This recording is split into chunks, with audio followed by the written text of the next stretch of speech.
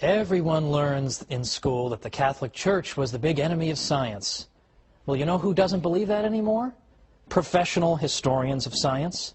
Join me today on the Catholic Church, Builder of Civilization, and we'll learn the truth.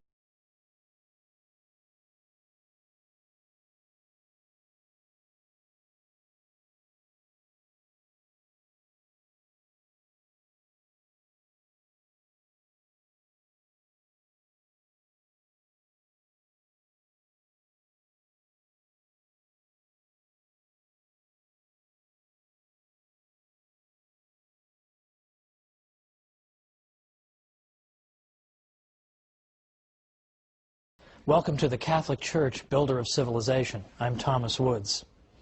It comes as a surprise, doesn't it, to learn that the Catholic Church may have had a positive role in the development of science, right? Because we're all taught from birth the exact opposite. In school, in the media, in movies, scientists are always brave martyrs against the ignorant church that wants to suppress their findings.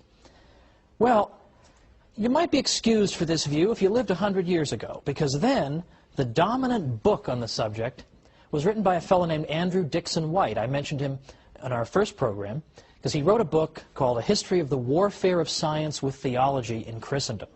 This became the defining volume on this subject. But it is full of nonsense. In fact, it turns out that in White's book, you actually read that the Catholic Church taught that the earth was flat. Now, we saw last time there is not the tiniest stitch of evidence for that. But White, anxious to portray the church as silly and backward and ridiculous, simply repeated what other historians had said without bothering to investigate it. That was the quality of his book.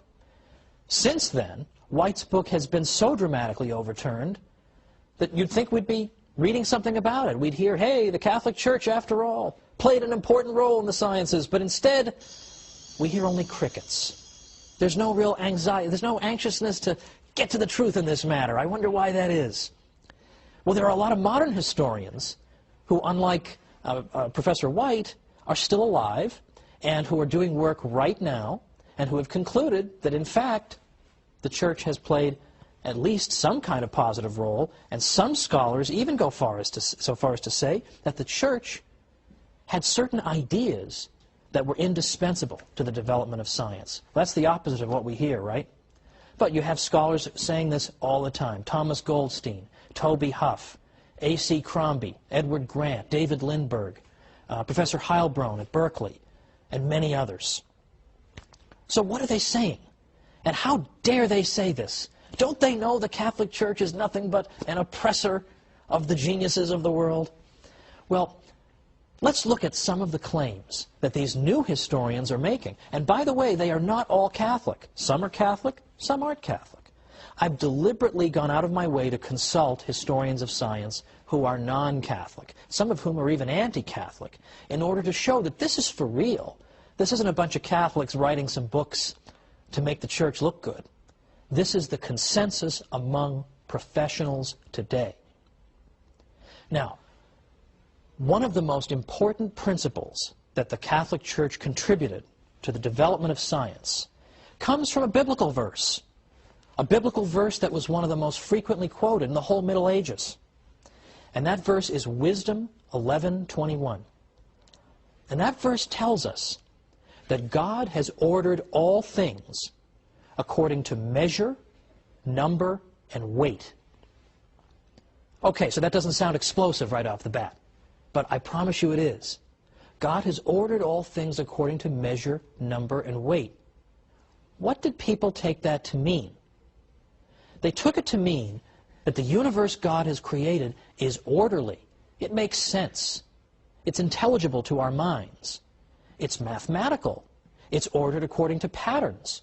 Measure, number, weight. There is something mathematical about the universe. St. Augustine, for example, said God is like a great geometer. He's a great practitioner of geometry.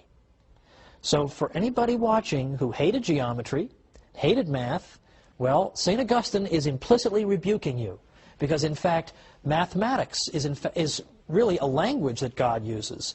in ordering and fashioning this universe that he's given us. So the Christian tradition, through this wisdom verse that was quoted all through the Middle Ages, dramatically amplifies an existing tradition in the West, going back to the 6th century BC, and the great pre-Socratic philosopher and mathematician Pythagoras. In the 6th century BC, Pythagoras had said, you know what the universe is made of? It's not made out of air or water or earth, as some of his contemporaries had said. It's made out of numbers.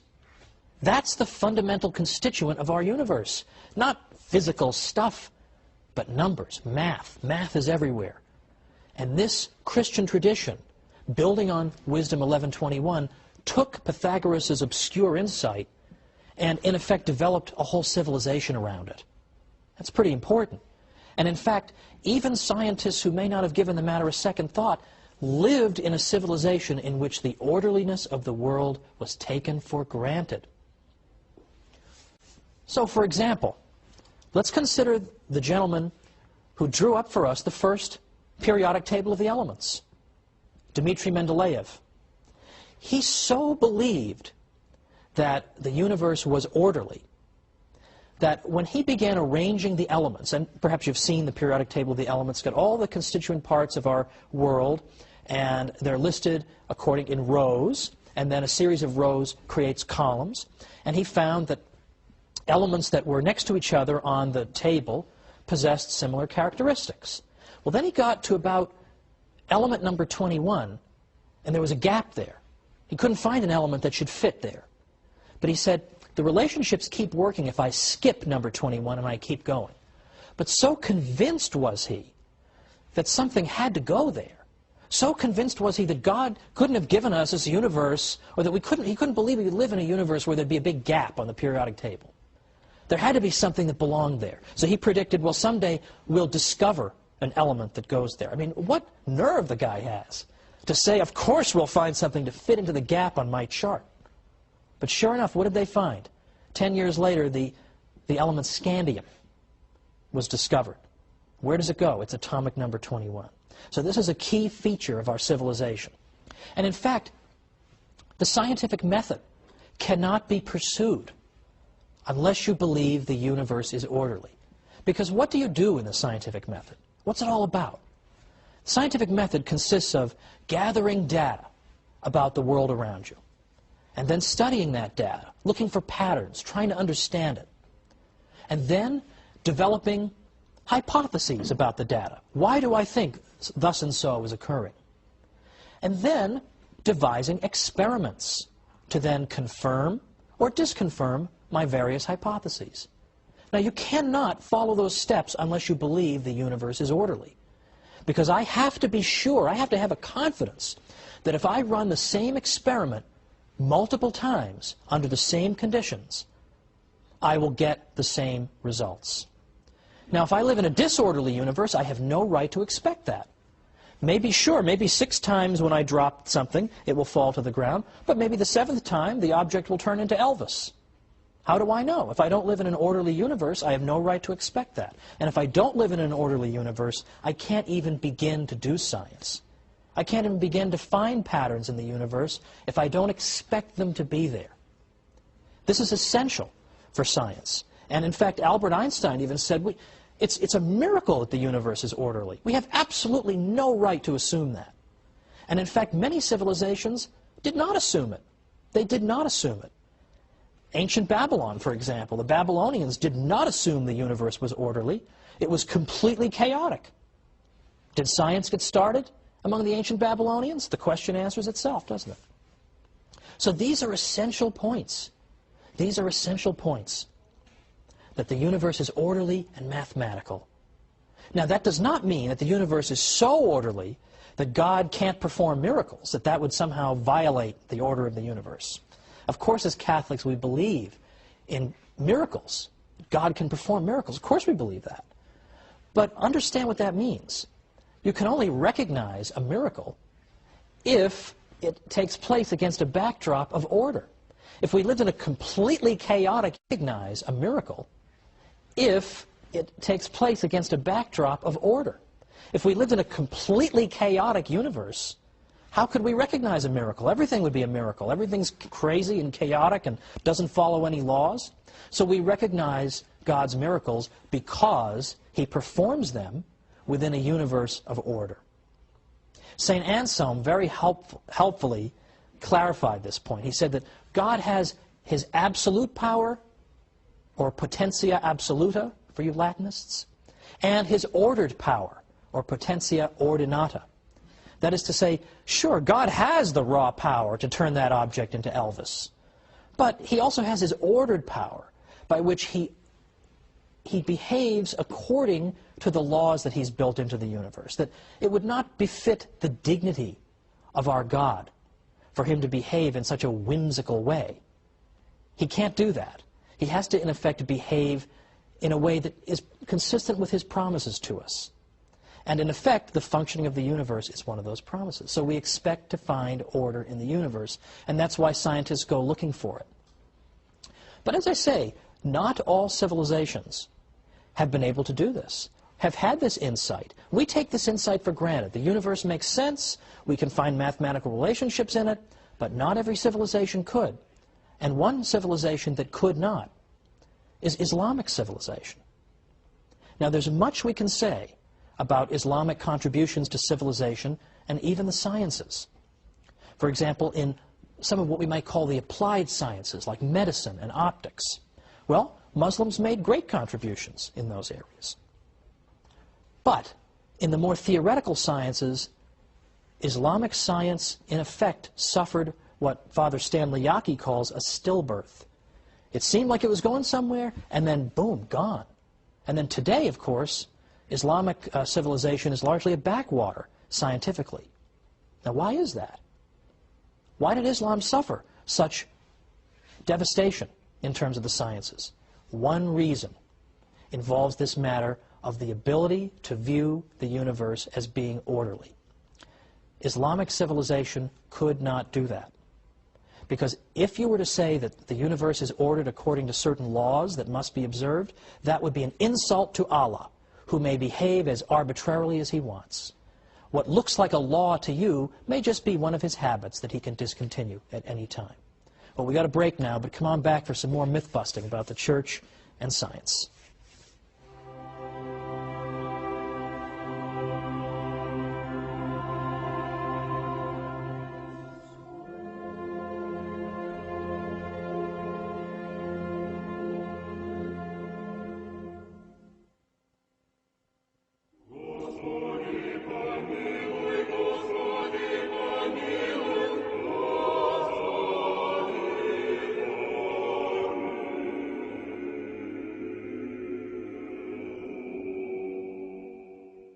Welcome back to the Catholic Church, Builder of Civilization. I'm Thomas Woods. Before the break, we discussed some forbidden truths about the church and science. We know what we're supposed to say. We're supposed to say the church has been nothing but an obstacle to the sciences. But that's not what professional historians of science are saying. And if you recall from our first episode, I mentioned that the most depressing job on earth would be to be a professor of medieval studies, trying to tell people that the Middle Ages weren't really so bad. Well, I think a good runner-up for most depressing job on earth would be to be a historian of science, trying to argue that, in fact, the church had, by and large, a positive influence on the sciences. Even your fellow scientists aren't going to believe you, much less the general public. But yet you have an enormous amount of evidence that you can amass. And book after book after book is being written today, and yet you still can't crack through to the general public.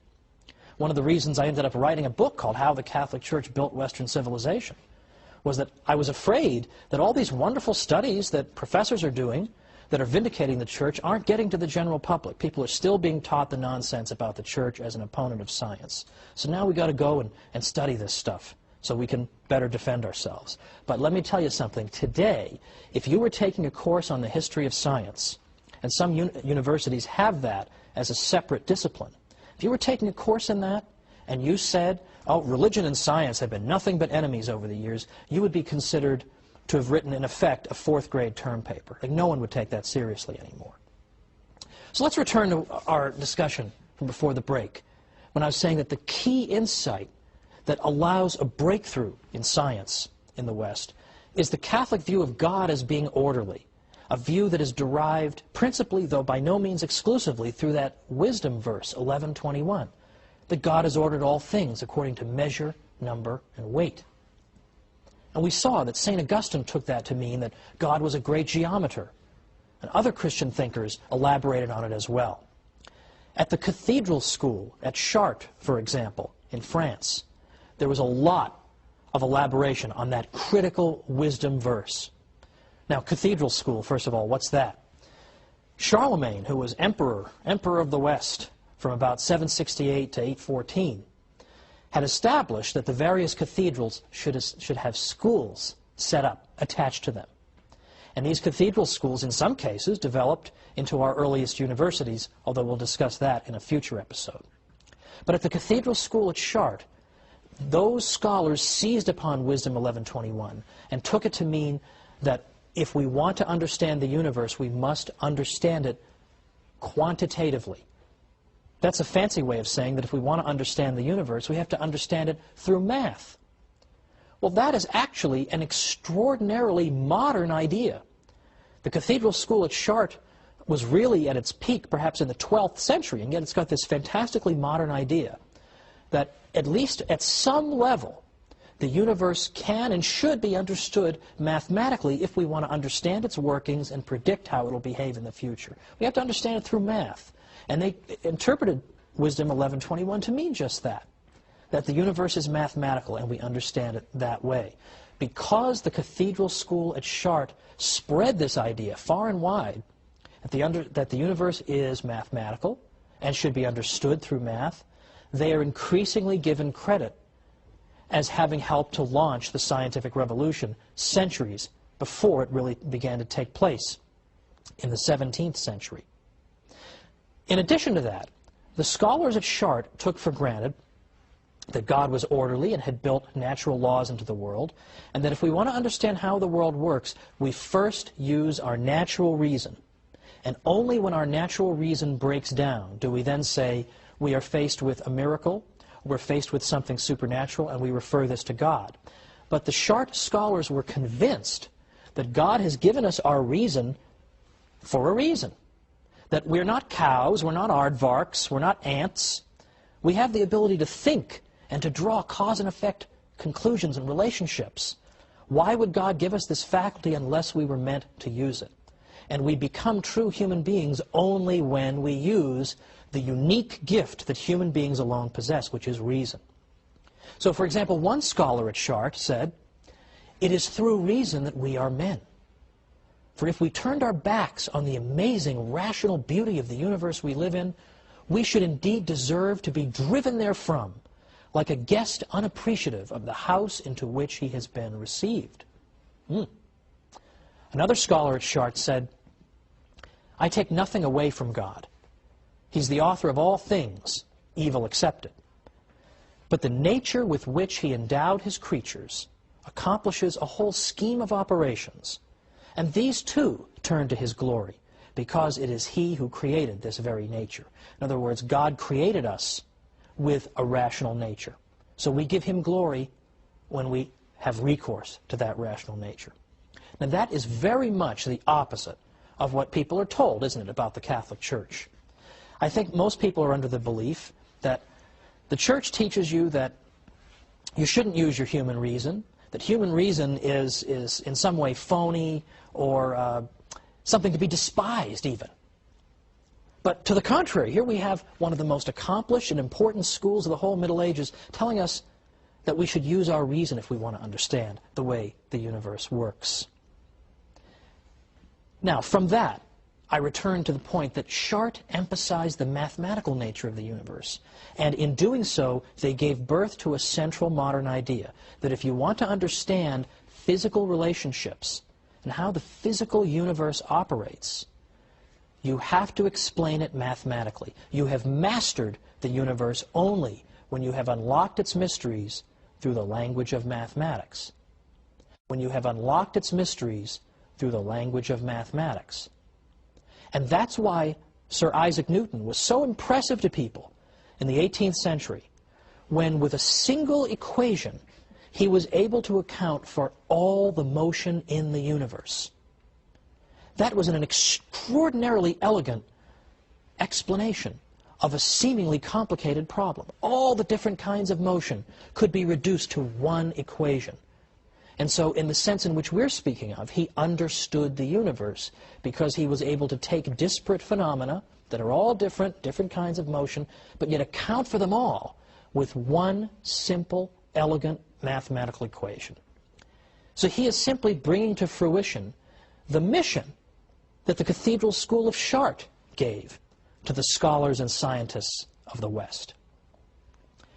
Now, another problem that was solved in large part by the Cathedral School at Chartres goes all the way back to the ancient world, all the way back to the world of ancient Greece and Rome. Because as far back as that time, people had believed that the heavenly bodies that you see out there were in fact in some way divine.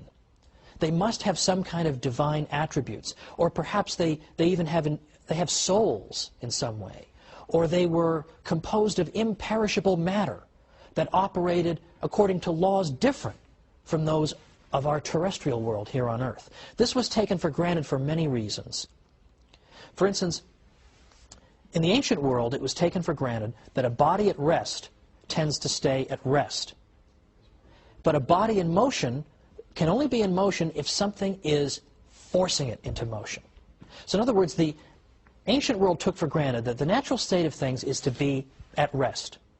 Motion needs to be accounted for. And yet they look out in the sky and they see the planets are moving, but there's no big hand pushing them. So what's making them move? They should be at rest. What's making them move? So they had to posit all kinds of theories that maybe they have souls and the souls impart motion to them, or they're divine and that accounts for their movement, or later it was proposed that angels might be pushing them. There were all kinds of theories to account for this. But it was taken for granted that there must be different rules governing motion in outer space and governing motion on Earth, because what's going on? Why do they keep on moving? They just couldn't figure it out. These things must be fundamentally different from the things on our Earth. Now, Isaac Newton later showed that, in fact, the same laws of motion were at work in the heavens and on Earth. That was a breakthrough. But it wasn't something that just came out of left field. Because who really began thinking this for the first time? It was Terry of Chartres, another scholar at the Cathedral School of Chartres, in the 12th century. What did Terry say? He said that, in effect, what you have in the universe and in outer space are things that are composed of the same kind of matter that we have here on Earth. Now, he couldn't quite account for why they orbited and why they seemed to move on their own. He hadn't anticipated Newton's laws of motion. But by saying that the stuff out there is in no fundamental way any different from the stuff down here, he has paved the way for a central conclusion of modern science. Now, Thomas Goldstein is a recent historian of the history of science. What does he have to say about the Cathedral School at Chartres? He says, in a period of 15 to 20 years, around the middle of the 12th century, a handful of men were consciously striving to launch the evolution of Western science and undertook every major step that was needed to achieve that end. Goldstein even went so far as to say that someday Terry of Chartres will be viewed as one of the great founders of modern science. Now, can you believe that? There's a historian writing just in this generation. And not only does he credit the church with lending an important impetus to the development of science, but he even goes all the way back to the 12th century to identify somebody nobody's ever heard of and say he may be one of the great architects of modern science. This is becoming absolutely common among historians of science. Yes, Richard Dawkins is writing his books. Daniel Dennett keeps writing his books as scientific atheists. But as historians of science, you consistently get more and more favor shown toward the Catholic Church. Now the question is, how do we get this information to the general public? And as I say, it's not going to get out there unless Catholics start telling it themselves. But that's only the tip of the iceberg, because what we've discussed today is very theoretical. The idea that the universe is orderly, and so on and on, that it's built according to fixed physical laws. That's all very theoretical. But next time, we're going to get down to the nuts and bolts, because next time we're going to look at how many priests were scientific pioneers. It's not enough to say, oh, look at all these scientists who happen to be Catholic. Well, that could be just a coincidence. They just happen to be Catholic. But when you're talking about priests who occupy such an elevated role in the life of the church, who have taken holy orders and have that sacred vocation, if they are great practitioners of the sciences and are congratulated by the popes for doing so, then surely the Catholic Church cannot be the enemy of science. So let's look at these great scientific heroes in the Catholic Church next time when we come back once again for the Catholic Church, builder of civilization.